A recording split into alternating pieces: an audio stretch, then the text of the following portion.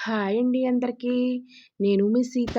ఎలా ఉన్నారండి అందరూ? బాగున్నారు కదా! నేనైతే చాలా బాగున్నానండి. మీరు కూడా బావుండాలని మనస్ఫూర్తిగా కోరుకుంటున్నాను. ఫస్ట్ టైం నా వీడియో చూస్తుంటే ప్లీజ్ సబ్స్క్రైబ్. ఈరోజు రెసిపీ వచ్చేసి కరకరలాడే ఉల్లిపాయ పకోడీ అండి. చాలా రుచిగా, టేస్టీగా చేసుకోవచ్చండి. చాలా సింపుల్‌గా కూడా చేసుకోవచ్చు. ఒక్కసారి చేసి పెట్టుకుంటే 2, 3 రోజులు కమ్మగా తినవచ్చండి. అంత బాగుంటాయండి ఈ ఉల్లి పకోడీ అయితేని. చాలా చాలా టేస్టీగా, సింపుల్‌గా చేసుకోవచ్చండి. మన ఇంటికి చుట్టాలు వచ్చినప్పుడు ఈ విధంగా చేసి పెట్టండి. చాలా బావుంటాయండి. మనకు 5 నిమిషాల్లో అయితే మనకు రెడీ అయిపోతాయి. అంత బాగుంటాయండి ఈ ఉల్లి పకోడీ అయితేని. దాన్ని ఏ విధంగా తయారు చేసుకుందామో చూసేద్దాం రండి. ముందుగా అయితే ఒక కప్పుతో అయితే ఉల్లిపాయలు ముక్కలైతే తీసుకున్నానండి. నేను పొడవు చీలికల కింద అయితే కట్ చేసుకున్నాను సన్నగా. అయి ఒక కప్పు తీసుకున్నానండి. అలాగే ఒక కప్పుతో శనగపిండి, ఒక అరకప్పు బియ్యపు పిండండి. అంటే వరిపిండి తీసుకున్నానండి. ఇలా తీసుకున్నాను. ఇప్పుడు ఒక బౌల్ తీసుకొని, ఈ బౌల్‌లోకైతే ఉల్లిపాయలనైతే వేసేసుకుంటున్నానండి. ఉల్లిపాయలను వేసుకుంటున్నాను. అలాగే శనగపిండి ఒక కప్పు తీసుకున్నాను. అవి కూడా వేసేసుకుంటున్నాను. బియ్యపు పిండి అయితే అరకప్పు తీసుకున్నానండి. కప్పు శనగపిండికి అరకప్పు వరిపిండి తీసుకోవాలండి బియ్యపు పిండి. అది కూడా వేసేసుకుంటున్నానండి. ఇప్పుడు ఇందులోనే ఒక స్పూను వామ్ వేసుకుంటున్నానండి. వాము వేయడం వల్ల మనకు అరుగుదలకి బాగుంటదండి. శనగపిండి గ్యాస్ట్రిక్ గట్టా ఏమి లేకుండా బావుంటదండి. అలాగే రుచికి తగ్గ సాల్టు, చిటికెడు పసుపు, ఒక స్పూన్ కారం, ఒక స్పూన్ ధనియాల పొడి వేసుకుంటున్నానండి. వేసుకున్నానండి. ఇలాగ సన్నగా తరిగిన పచ్చిమిర్చినైతే వేసుకుంటున్నాను. అలాగే కరివేపాకైతే సన్నగా తరుక్కుని కరివేపాకును కూడా వేసుకున్నానండి. ఇలా కరివేపాకు వేయడం వల్ల మంచి ఫ్లేవర్ అన్నది వస్తదండి. అలాగే కొత్తిమీరను కూడా చిన్న ముక్కల కింద కట్ చేసుకొని అవి కూడా వేసేసుకుంటున్నానండి. మనం ముందుగా ఇలా కలిపేసుకోవాలండి ఇవన్నీ కూడా. మనకు ఉల్లిపాయ ముక్కల్లో వాటర్ ఉంటది కదా! ఆ వాటర్ అంతా కొద్దిగా పిండుకుంటూ కలుపుకోవాలండి. మనకి ఎక్కువ వాటర్ పడదండి. ఇలా కలుపుకున్న తర్వాత మనం చేతిలో వాటర్ వేసుకొని కొద్దిగా కలుపుకోవాలండి. ఒకసారి ఎక్కువగా వేసేసుకొని లిక్విడ్ లాగా అయితే చేసుకోకూడదండి. ఈ విధంగా గట్టిగా కలుపుకోవాలండి.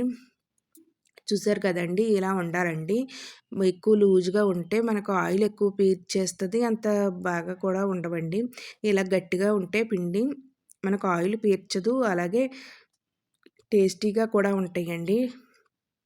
ఇప్పుడు ఆ పిండిని పక్కన పెట్టేసుకొని, ఇప్పుడు స్టవ్ వెలిగించుకొని, కడాయిని పెట్టుకొని ఆయిల్ వేసుకుందామండి. డ్రిప్ పైకి సరిపడినంత ఆయిల్ వేసుకొని, ఆయిల్ వేడెక్కాక ఇలా కొద్దిగా పిండిని తీసుకుంటూ, ఇలా ప్రెస్ చేసుకుంటూ, ఇలా ఈ విధంగా అయితే వేసుకోవాలండి.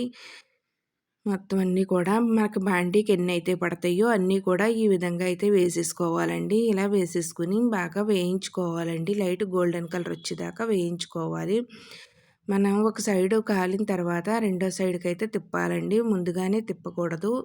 తిప్పితే మనకి పకోడీ అన్నది పర్ఫెక్ట్‌గా రాదండి. చూసారు కదండీ! ఒక సైడ్ కాలిన తర్వాత రెండో సైడ్‌కైతే ఇలా తిప్పుకోవాలండి. ఇలా తిప్పుకొని లైట్ గోల్డెన్ కలర్ వచ్చేదాకా వేయించుకోవాలండి. వేయించేసుకున్నాక ఈ కలర్ వస్తే సరిపోద్ది. ఇప్పుడు ఒక ప్లేట్ తీసుకొని ప్లేట్‌లోకైతే తీసేసుకుందామండి. అన్ అలాగే మొత్తం నెక్స్ట్ బ్యాచ్ కూడా వేసేసుకుందామండి. మనకు పిండి ఉంటది కదా! ఆ తర్వాత కూడా కడాయిలో వేసేసుకుందామండి.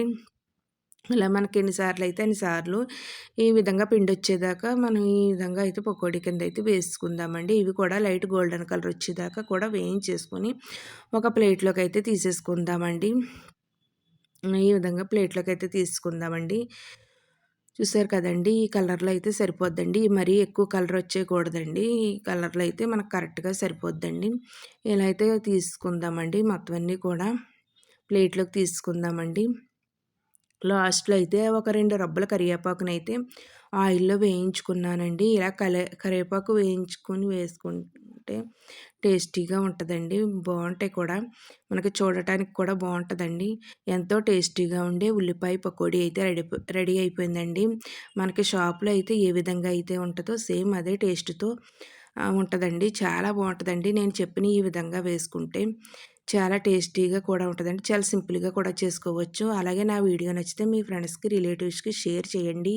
వీడియో చూసిన తర్వాత లైక్ చేయటం మాత్రం మర్చిపోవద్దండి. అలాగే ఈ ఈ ఉల్లి పకోడీని ట్రై చేసి నాకైతే కామెంట్‌లో చెప్పండి. మీకైతే ఏ విధంగా వచ్చిందో? ఎంతో టేస్టీగా ఉండే ఉల్లి పకోడీ అయితే రెడీ అయిపోయిందండి. బాయ్ అండి. నెక్స్ట్ వీడియోలో కలుసుకుందాం.